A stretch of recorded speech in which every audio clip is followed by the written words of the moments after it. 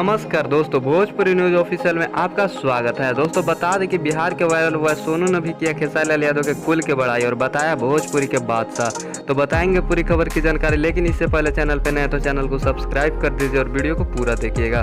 तो दोस्तों बिना टाइम को गवाए वीडियो को शुरू करते हैं। दोस्तों बता दें कि बिहार के वायरल हुआ सोनू ने भी हुआ खेसारी लाल यादव के फैन और बताया भोजपुरी के बादशाह, और पवन सिंह को बताया गोबर। तो दोस्तों बता दें कि बिहार के वायरल हुआ सोनू ने बताया कि खेसारी लाल यादव के 2-4 गाना हमेशा ट्रेंडिंग में रहता है और खेसारी लाल यादव का डांस भी बहुत कमाल का है। खेसारी लाल यादव का गाना इंडिया में नहीं बल्कि पूरे वर्ल्ड में सबसे ज्यादा बजता है, जैसे कोका कोला। खेसारी लाल यादव का गाना पूरे वर्ल्ड में पहला स्थान पर है। दोस्तों भोजपुरी के बादशाह कौन है, खेसारी लाल यादव या पवन सिंह? कमेंट बॉक्स में जरूर बताइएगा और वीडियो अच्छा लगे तो चैनल को सब्सक्राइब भी कर दीजिएगा। फिर मिलेंगे अगले वीडियो में।